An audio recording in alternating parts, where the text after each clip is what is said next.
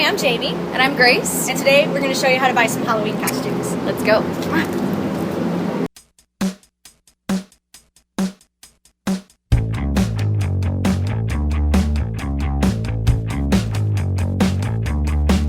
The store always has this little section with the big long dresses. You got like some bridesmaids dresses. You usually got a couple wedding dresses.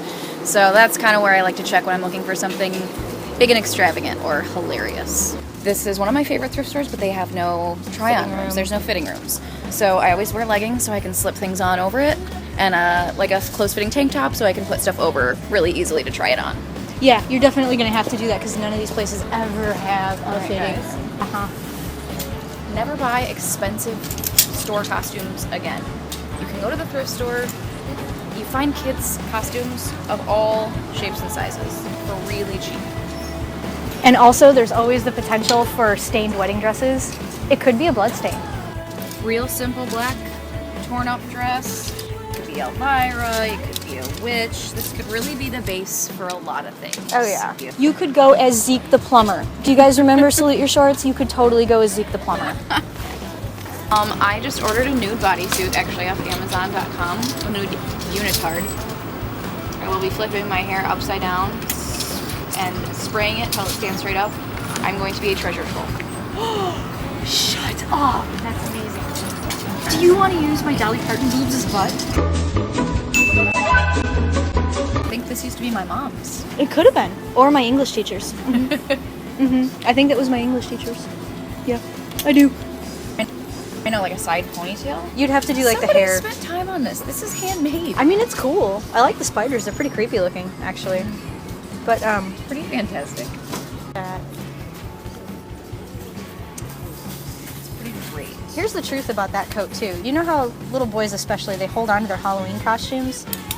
Get something like that and let them wear it as a raincoat for the next like month or two while it's still warm out. I'm not even kidding. My friend Renee and I went to the Unique on Howard and Western, right at the edge of Evanston and Chicago, and I found something like this that I almost bought as a raincoat for my rhythm.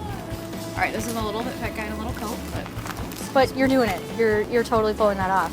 You know, kids costumes. Yeah, not just for kids. Where I don't really know exactly what this is, but I mean, it could be a couple of things. If you put a blazer over it, it could be like your daughter could go as a horse rider, that sort of thing. If you're the preppy type,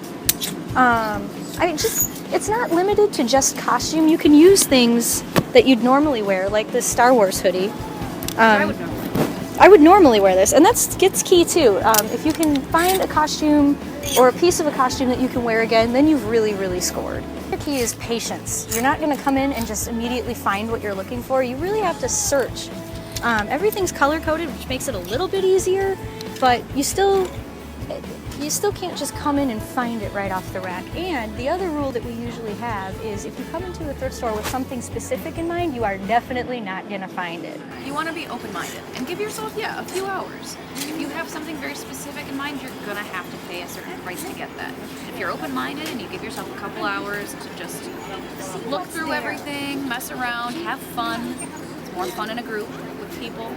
Always makes it more entertaining. Especially you're going to find some cool stuff.